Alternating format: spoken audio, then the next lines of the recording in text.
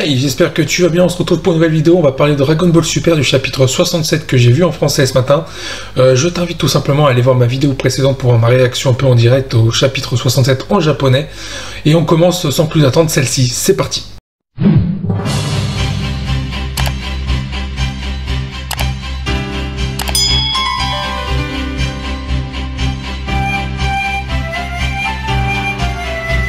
Eh bien on va commencer cette review sans plus attendre, on démarre maintenant. Alors par contre, ce qu'on va faire, on va tout simplement démarrer à partir de la cérémonie de la remise des médailles de la patrouille galactique, parce que juste avant, pour faire un petit résumé, c'est en gros, ils célèbrent la victoire de Goku, de la Z-Team, face à Moro. Alors qu'est-ce qui se passe dans la cérémonie de la patrouille galactique, donc la remise de médailles pour Goku, Vegeta et Boo, avec un quatrième invité surprise, et Jaco, donc le cinquième. Le retour de Merus, Merus est vivant, oui, Merus n'a pas survécu, il était mort, mais il a été finalement... ressuscité par le grand prêtre. Alors, comment il a été ressuscité, en fait, c'est très simple. Ça nous a été expliqué comme ça, et je vais vous expliquer que ça me dérange. Le grand prêtre, apparemment, a reçu la visite de Kaioshin, pour une fois qu'il sert à quelque chose. Je suis d'ailleurs, question, comment il a fait pour rejoindre le domaine des anges, Kaioshin? Faut m'expliquer ça, quand même, le délire. C'est bizarre quand même, c'est chelou, hein. Mais je dis ça, alors tu vas me dire, oui, mais c'est un Kaioshin, il peut tout faire. Non, il est lié au dieu de la destruction, il n'est pas lié aux anges. Bizarre. Mais bon, c'est un détail. Donc Kaioshin demande tout simplement au grand prêtre de laisser Merus en vie, peu importe ce qui lui arrivera. Très sympa. En gros, ce qui s'est passé, c'est que Kaioshin arrive, écoute, moi je veux que Merus il reste en vie, quitte à sacrifier ma vie. Donc si Kaioshin il meurt, le dieu de la destruction il meurt. D'ailleurs, pour ça, Beerus va s'énerver contre ça, par rapport à ça. Finalement, le grand prêtre il a dit oui, y a pas de problème, mais je te laisse ta vie sauve, et vous aurez des sanctions. Donc à ce moment-là, tu te dis, tu nous as cassé les couilles concernant les conséquences des anges. Donc t'as un ange qui intervient, t'as un mec qui sort de nulle part et dit oui écoute bon je te donne ma vie, tu laisses Merus en vie, ou un autre ange, pas de sanction, enfin entre guillemets t'as compris. J'ai envie de te dire c'est emmerdant, ça m'énerve plus, parce que c'est du DBS, mais nous casse pas les couilles avec des discours pour finalement que ça soit ça. Voilà. Bon, maintenant que Merus il est tout simplement, il a perdu ses pouvoirs de divin, ça a été très clairement dit par le grand prêtre, et Merus lui-même. Merus est tout simplement redevenu un être mortel, et c'est donc devenu un patrouilleur galactique. Très bien, il n'y a aucun souci. Maintenant, si tu nous fais revenir Merus, il faut l'utiliser. Ah, tu nous fais revenir Merus, c'est pas pour rien, hein. J'espère pas que tu l'as fait revenir pour dire, ah, puis il est en vie, c'est la fin, c'est une belle fin, tout ça. Je ne serais pas d'accord. Réutilise-moi Merus. Là, on va me dire, oui, mais il sert à rien, il a plus ses pouvoirs d'ange. Le mec était cheaté en patrouilleur galactique, il te faisait des dingueries avec son bâton. Hein. Donc voilà, si tu n'utilises pas Merus, j'ai envie de te dire un truc, fallait le laisser mort. Je veux dire, autant faire ça. La petite sanction par rapport à... Oui, parce qu'il y a une sanction pour Beerus et Kaioshin. Oui, ça devait être sanctionné. J'ai pas vu sa sanction. Alors, je pense que c'est passé sous le truc. Ou alors c'est pour nous faire se dire, il va se prendre un savon. Mais que dalle, parce que c'est plus Beerus qui prend.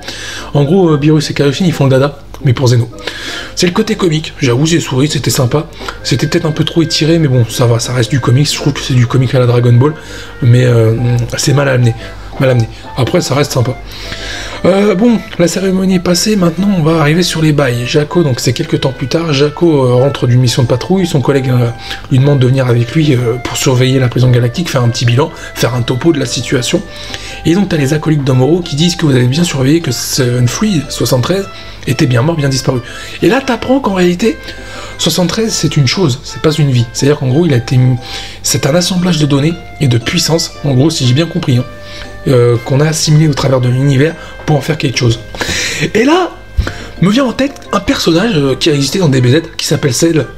Oui, c'est un copier-coller de Cell. Oui, parce que Cell récupère des cellules, des données, tout ça. 73, c'est la même chose. Oui, et je vais aller encore plus loin à la fin et tu vas vite comprendre la logique. Donc au final, 73, du coup, une fois que un des prisonniers de la galactique, enfin de la prison galactique a dit à Jaco et son acolyte, en gros, vous devrez vérifier, et donc ils sont un peu inquiets, les deux, ils vont vérifier dans le cratère de Moro, ils ne le trouvent pas, ils sont rassurés. Sauf qu'en réalité, il a été récupéré, 73, car oui, 73 appartenait à une autre organisation qu'il avait conçue pour pouvoir régner sur l'univers. Ça me rappelle toujours celle par rapport avec le Dr Gero. Bon, à ce moment-là, tu te dis quand même, ils ont fait un truc sympa, c'est qu'en fait, 73 est peut-être le boss final, peut-être de Dragon Ball Super, de l'arc à venir, Et ce qui est intéressant, parce qu'au final, Moro, il en a fait sa pute, et finalement, c'est l'autre qui va devenir plus fort que lui. Peut-être parce qu'il a récupéré justement les données de Moro. Bien ensuite, donc ils sont dans le vaisseau avec 73, ils sont en train d'en faire des clones, ils sont en train de regrouper sa puissance, et d'un coup débarque le fameux personnage du nouvel arc, Granola, qui vient très certainement empêcher ça, empêcher la menace, empêcher l'aboutissement de 73. Moi, je pense que c'est ça. Sauf que Granola me fait penser à un autre perso de DBZ, dans un autre contexte, dans un autre rapport d'histoire. Trunks, Mirai Trunks. Mirai Trunks est arrivé dans le temps, enfin dans l'histoire de Goku à l'époque des cyborgs, pour empêcher la future menace des cyborgs, pour éviter que ce futur-là se reproduise. Voilà, ça me fait penser un peu à ce parallèle-là. Donc ils ont copié un peu quand même sur Cell, enfin ils ont pas copié, ils l'ont gobé sur Cell, hein, clairement, et ils ont un peu pompé aussi sur un peu l'histoire de Mirai Trunks, enfin pas l'histoire de Mirai Trunks, mais l'intervention d'un personnage pour empêcher quelque chose qui va se produire. Donc ça se trouve, ça peut pressentir une menace. Peut-être que Granola il vient pas pour ça, hein. Ça se trouve Granola c'est un salaud, il veut récupérer 73 pour en faire quelque chose, hein. Tu ne sais pas pourquoi.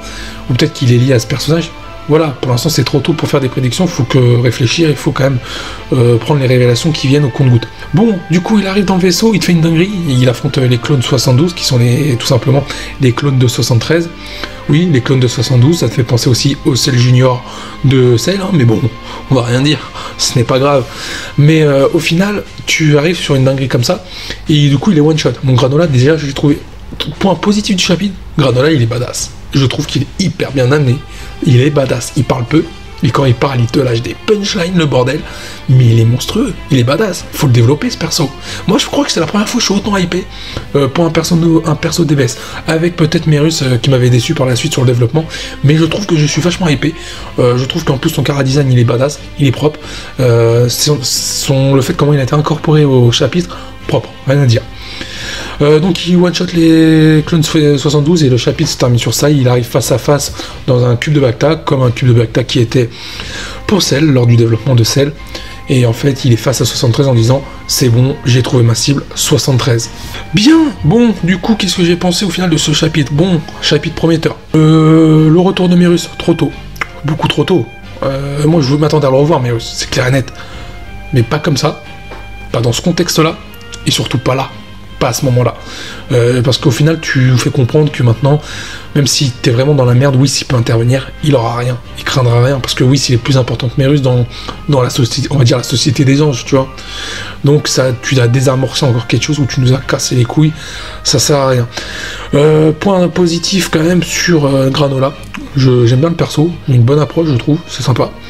Point négatif, bah la façon dont 73 il est amené, que ça peut être le boss final ou un antagoniste, bonne idée, par rapport au fait qu'en fait tu l'as déjà présenté dans l'arc précédent pour nous faire comprendre que c'était un peu le boss numéro 2 avant d'affronter Moro, et au final tu finis par comprendre que c'est peut-être lui le plus grand danger qui va venir. Intéressant. Point négatif, c'est du pompé sur du sel, et ça c'est bien dommage. Point aussi négatif, comme j'ai dit, Mirai Trunks, Granola ressent un peu une intervention de Mirai Trunks pour empêcher une potentielle menace d'arriver. Pour moi, Granola il sert à ça, c'est un justicier qui fait cavalier seul, un solitaire. Hashtag Mirai Trunks. Enfin, Mirai Trunks c'est pas si solitaire que ça en soi, mais tu as compris.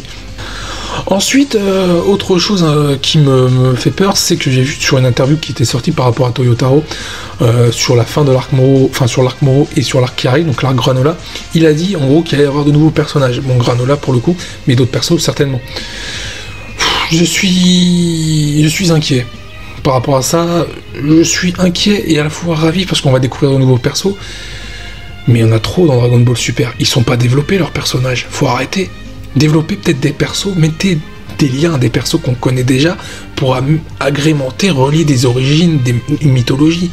Là, sur Dragon Ball Super, j'ai fait le compte, il y a plus de persos dans DBS par rapport à Dragon Ball et Dragon Ball Z réunis. Et dans Dragon Ball et Dragon Ball Z, les 3 quarts sont développés et extrêmement bien développés. Là, il n'y en a aucun développé. Prenons exemple. Calais, que dalle. Caulifla, que dalle. KB, que dalle. Hit, que dalle. Jiren, que dalle. Tous les persos du tournoi du pouvoir, bon je demande pas de tous les faire. Jiren, Topo peut-être, on en est serait bien, tu me présentes comme un dieu de la destruction. Tout con, Virus, d'où il vient, c'est qui? Il a fait quoi avant d'être un dieu de la destruction? Comment il a fait pour devenir un dieu de la destruction? Whis, il a fait comment pour devenir un ange? La création des anges, c'est arrivé comment? Le grand prêtre, Les mecs ont incorporé des personnages qui sont quasiment pas principaux, mais au second plan, plus que second plan, qui sont la base de Dragon Ball Super. Que dalle. Bof, ils ont incorporé Broly à l'histoire de Dragon Ball. Sur les dernières infos et déclarations, pour l'instant, ils veulent pas s'en servir de Broly. Hein. Arrêtez avec vos persos. Ils ont même fait pire. Ils ont pas fait développer les persos. Ils les ont sous-développés. Goku, il est sous-développé dans Dragon Ball Super. Alors on va me dire, oui, Gohan aussi. Gohan, ils l'ont caricaturé, ils l'ont pas sous-développé pour moi. J'expliquerai ça plus tard. Bon, voilà, t'as eu mon impression sur ce chapitre. Des incertitudes quand même. Je reste méfiant parce que c'est Dragon Ball Super.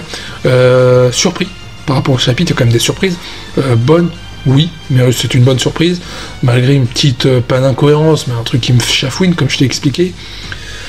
Une crainte par rapport au perso, la suite, tout ça. Parce que sur l'interview, Toyotaro dit qu'en gros, ils allaient partir sur quelque chose d'à peu près nouveau. Ouais, pourquoi pas. Après, peut-être que c'est de la com, mais bon. Voilà, je suis pas mécontent de ce chapitre-là. C'est un chapitre agréable à lire, à regarder. Je l'ai trouvé un peu long, mais finalement, la dernière partie du chapitre était très sympa.